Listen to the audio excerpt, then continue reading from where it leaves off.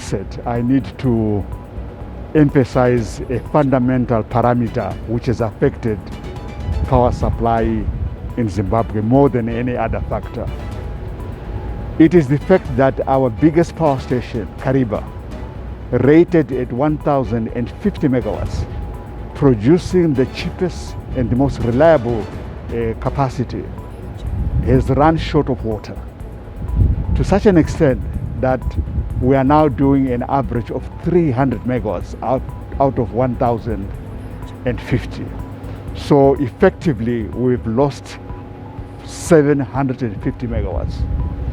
If we don't realize this, we may not actually appreciate the circumstances that we are under.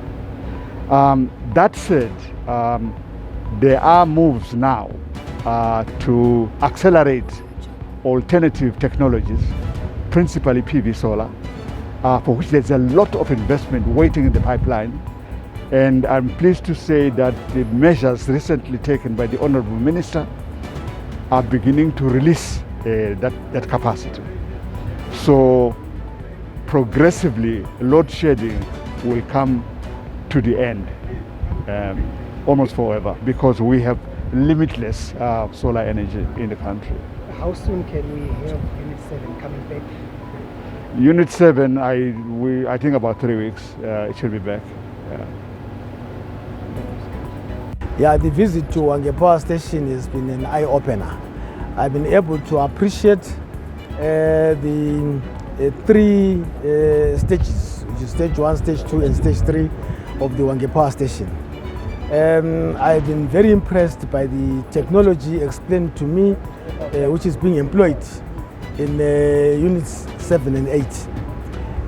However, it seems to me that there is need to redeploy new technologies for units 1 to 6, so that our capacity to generate will be increased and we will be able to supply sufficient power for the nation. So I've also interacted with management in this plant, and I've come to appreciate the challenges that they are facing.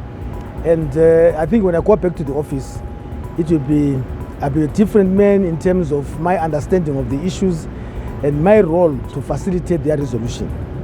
Yeah. How much electricity can we say we are generating at the moment as a country against the demand? Well, I may not be very specific, but I think we are doing about 1,300 megawatts against a peak demand of about 1,850. So we are having that deficit, which has been occasioned by the outage of Unit 7. And well, to mitigate that, some imports are being experienced, and very shortly one of the units which has been out for some time, in about 2-3 weeks time, is going to come back to service, and that's going to reduce our power supply deficit.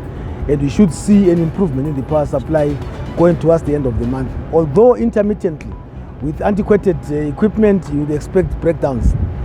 You know, if you buy a car, brand new car, and you have a tire burst, it doesn't mean that you no longer have a car. You still have a car, but you're experiencing problems. But once you put your spare wheel on, you move on.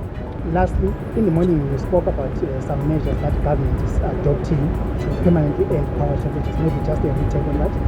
Well, I can't give you details, but what I can say, the principles that we've adopted is to move steadily towards cost-reflecting tariffs, so that we are able, because if we are selling our power below cost, that means we're running at a loss. Any business would run at a loss. So we would like to move our tariffs, of course, without constraining producers who are miners and other establishments like farmers and manufacturers.